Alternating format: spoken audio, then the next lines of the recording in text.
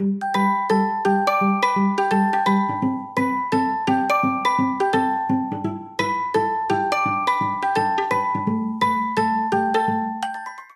welcome to the Get Your Marriage On podcast. How are you today? I am doing so well. Thank you, Dan. Great. It's fun to get to know you a little bit better. We have this common connection. We went to college together. We probably even lived next door to each other in the same apartment complex for a while. And here you are, saving lives, saving marriages in your work as a marriage therapist. Kendra, have you ever been in a situation where you felt enormous pressure to conform to what the group wanted or to what your brain was telling you was a reasonable thing to do? Yet, the act of conforming or giving in to that pressure would mean there'd be some sort of a self-betrayal, like you would have been going against your higher self in that. And what was that situation like, and what did you do? Yeah, great question. The first thing that comes to mind when I think about that was in my faith community, it was more standard, or at least I felt like it was, to be the stay-at-home mom, to be just really devoted to your spouse. There's nothing wrong with that devotion and your family, but to such a degree that there was like this enmeshment, the way that I was viewing it anyway. I felt very lost, honestly, pretty depressed, anxious. I didn't really even have words for it at the time. And probably the first 10 years of our marriage, I felt pretty lost and unfulfilled. And I felt like this need, this calling, this desire to go get my master's. And yet all around me, I felt like I was getting this other information. No, that's only what selfish people do. Or, you Mhm. have young kids, all of these things. So it wasn't like people were directly rude to me or anything like that. But these other messages that I was getting, it's like, you shouldn't do that. So in that regard, I felt like it was sacrificing what I felt would really help my soul sing. And yet my understanding at the time in my faith community was that was bad. That was wrong. With that example that I just gave, the part that is honestly still a little difficult to talk about is then what it meant in our marriage.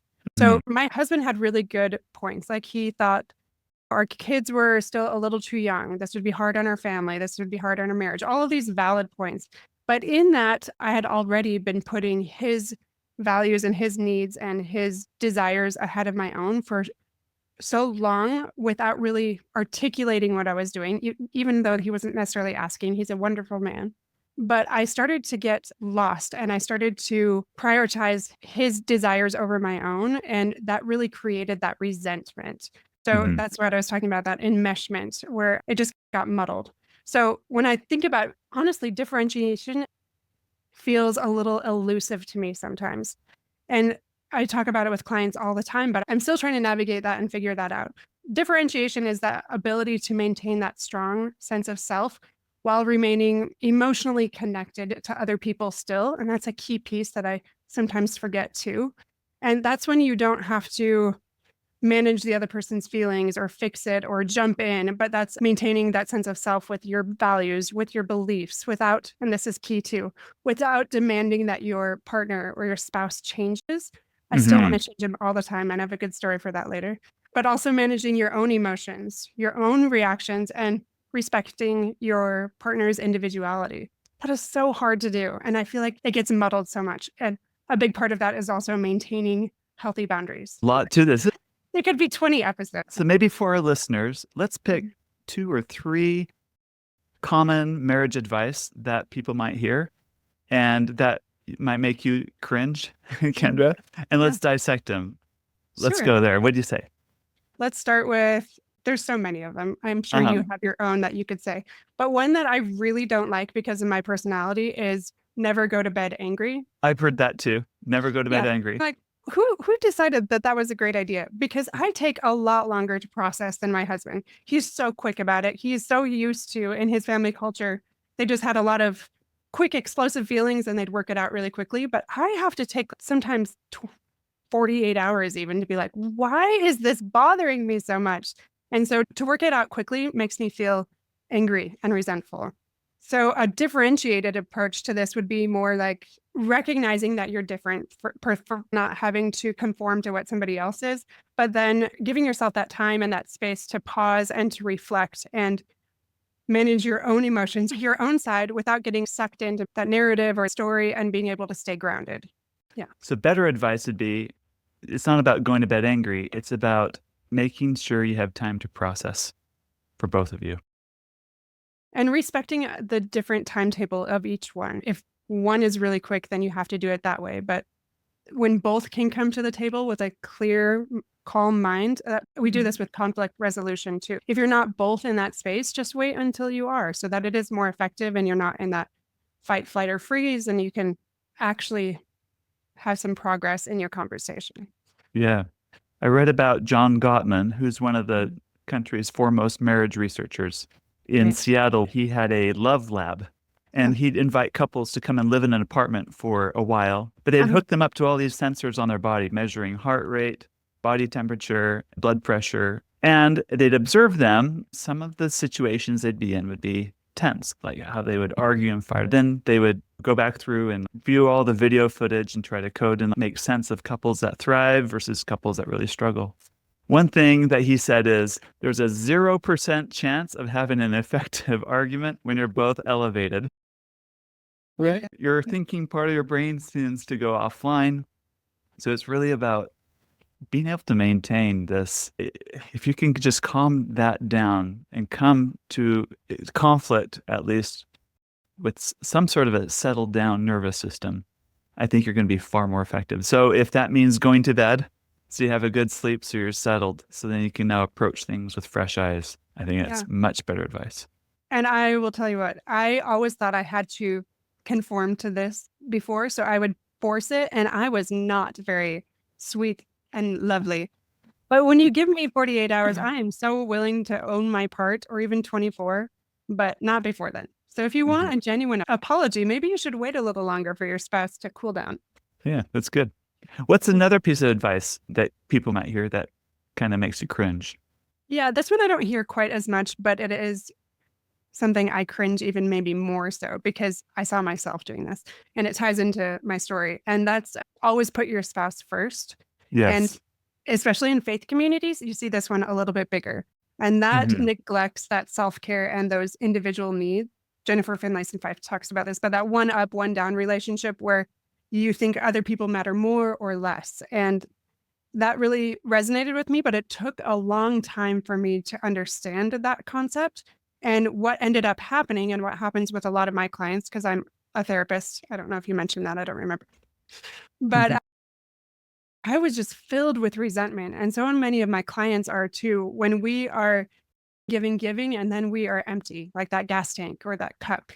Like, how can you effectively give to others when you are always putting other people first? And I know there's something beautiful about that when it comes to altruism, but personally, I didn't feel like it was coming from a healthy space. It came from a space of resentment, exhaustion, and bitterness. And I'm like, I am definitely not my best self when I'm putting my spouse first, unless it's something like it's a free will offering and you are very grounded and you're able to, again, going back to that differentiation, where you're able to maintain that sense of self, where you are doing it because you want to, not because you feel like you have. I don't know if you've noticed anything like that in your life, Dan, but I definitely have lots of examples, especially in early marriage, where something like that is shown. And that's advice I hear at church too and other places. And I think it's all good intentioned. You Yeah, put others absolutely. first. This is the way Christ did it and things like that. Perhaps a more nuanced approach would be, my understanding is we want to sacrifice for other people, but what we're sacrificing is we're doing away with our lesser selves and putting our better, best, more wiser self into a relationship. Because it does a relationship no good if one is turning into a doormat or folding into the other person.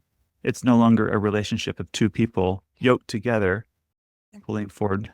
So I think putting your best into and investing in each other is always wise and good, but it can't come at the expense of something that's not sustainable for what's good for the whole relationship. So we need to take that into account. Absolutely. And I think the key of what you said is not being a doormat. I thought that I was being assertive and communicating all my needs, but now looking back, that kind of makes me laugh. Like, we always think we're doing this great job of this is like a want or a need that I have, and I really do need this. And then you realize when you're getting feedback back that they're not catching any of that. They get used to you over time if you keep showing up a certain way of you doing something over And then you do become this doormat. So a big part of that is communication too, for sure. Do you have a specific story about that?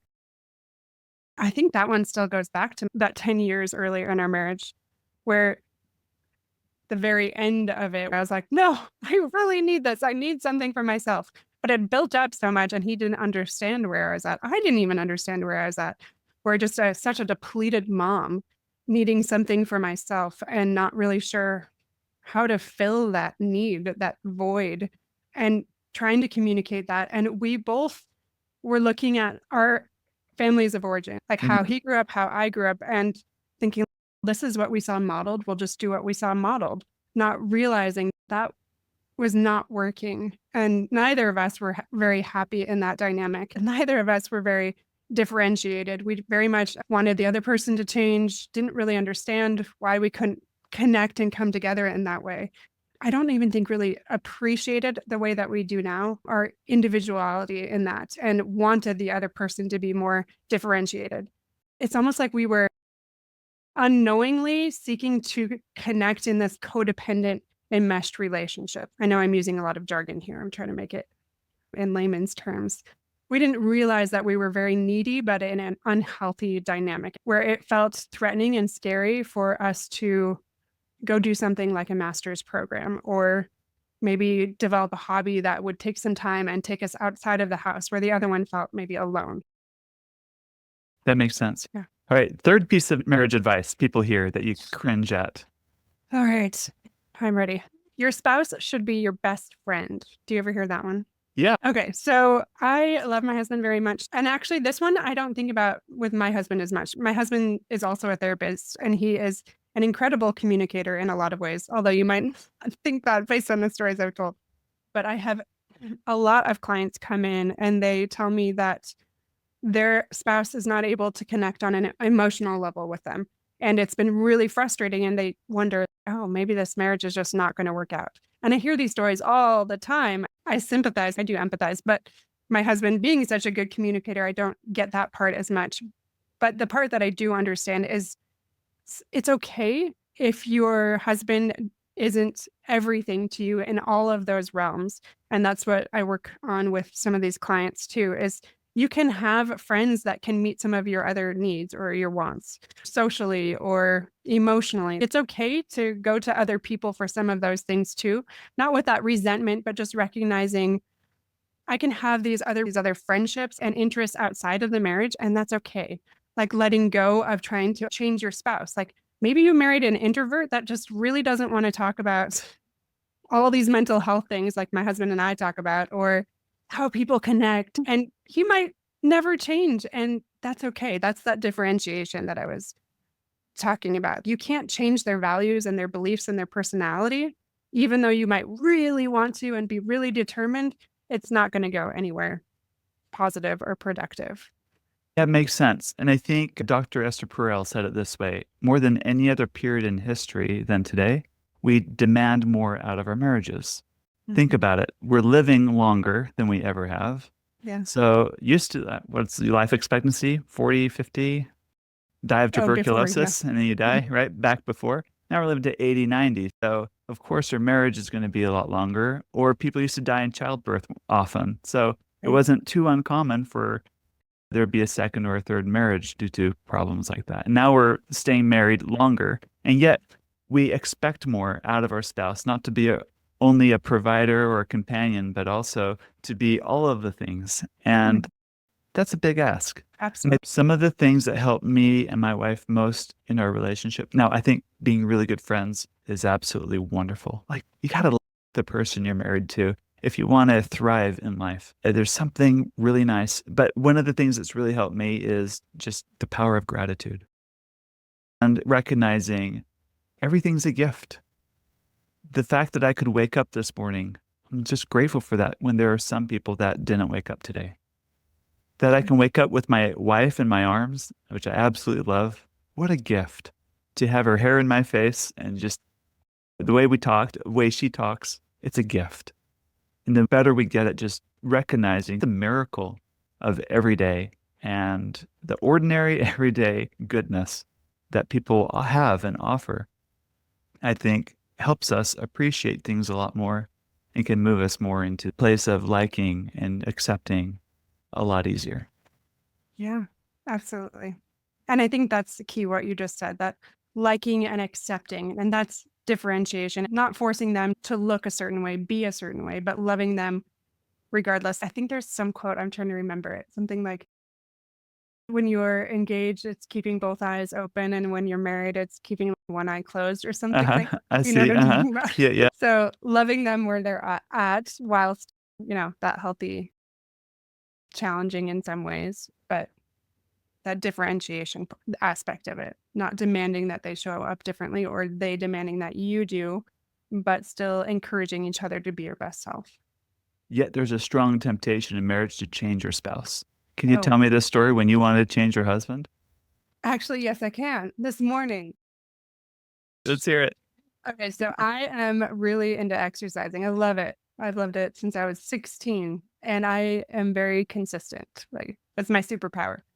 So I go to the gym, and just recently, probably in the last year, he started going with me. And this is something that I've wanted for so long. So I was really excited because we go early. We get there at 5, but fairly regularly. I try not to notice, but he will just read in the car for the first half, or he'll read in the building, or he'll like just do his own thing and just barely work out sometimes. And it is not how my brain works. I'm like, you're at the gym, like you work out, like you're here to do cardio. And that's not him. So this is me not being differentiated and trying to change him, but in this like kind of passive aggressive way. Hey, how was your workout? Why were you so late? Not in an admirable way, but my eyes said it. I don't even remember. On the way home from the gym, though, I said something like, it's good to have cardio too, like not just a little bit of lifting. And anyway, I got into it a little bit. And then afterwards, he calmly explained that it just felt like I was trying to change him or make him value something that he didn't really value in the same way. And I thought about that. Yeah, but it's totally true. I wasn't being differentiated. I was trying to change him into being something that I was and to value something in the same way that I did. And that's not going to help us come closer together. That's just going to alienate us more. So I hope you will learn from my poor example. Not Good. to do it. Yeah.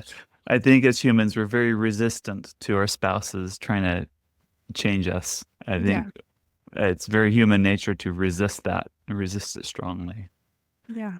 And there's definitely better approaches, but that's a fantastic way to talk about that differentiation piece. I am me, you are you, and I can come to peace and accept this. We Yeah. can look for ways we have strengths to build together. I think that's fantastic. And one quick other thing to that too, before I wanted to fix things so much. I wanted to manage his feelings and the other person's feelings. And I was so focused on that instead of allowing people space to manage their own feelings, allowing them to work through their own struggles unless they are asking for help. And I can do that without resentment and filled with love and for the right intentions. And that's like that second part of my marriage journey, I feel, is leaning into that more and making sure that I am emotionally grounded enough so that I can let go more and stop controlling those things around me, just accepting others and myself instead of taking the reins so often. That's good. Great. Kendra, before we leave, there's a question I ask many of my podcast guests, and I'm putting you on the spot here. Oh. These principles we're talking about are very important for any couple to thrive in their intimate relationships. It's this ability to work well together, the ability to be friends, ability to calm yourself down instead of trying to force solving a problem when you're not even physically in the right headspace to be able to solve that problem, and so on. Now let's take things up a notch and put it into more of a sexual context. What would you say is a black belt sex tip for a couple who's working on these things to take their sexual relationship to the next level? It's communicating and allowing yourself to be open and vulnerable and processing things verbally. I had a lot of resistance to things. I just went along with a lot of things sexually based on how I thought it should and shouldn't look. And that made it very hard. And I'm getting a little vulnerable here for me to climax. It took me years And so when I finally started to have more frank conversations with him about why things felt difficult, why I was like emotionally just checking out during sex, Mhm. until I finally started to talk to him about that experience. And he listened so well.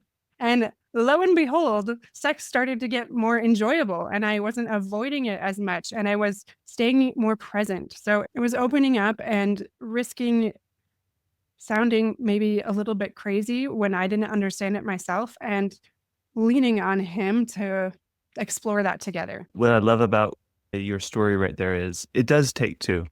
Yeah. It does take two.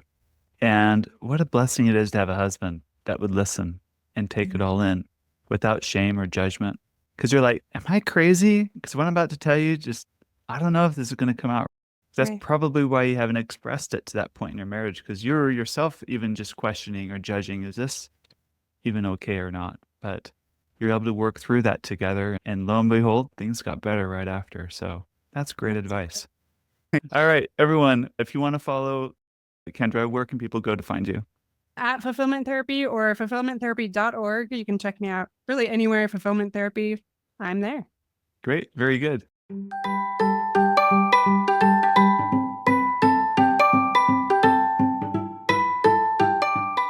Hey friends, I hope you enjoyed today's episode. If you did, chances are someone else would too. Would you take 30 seconds to share this with a friend who's looking for greater family fulfillment? And while you're sharing, tell me what you think about the show by leaving a review on Apple Podcasts. It refuels me when I hear this podcast is helping you, no matter what your house or your hair looks like. I'll meet you back here every Monday and Thursday morning for more episodes. Until then.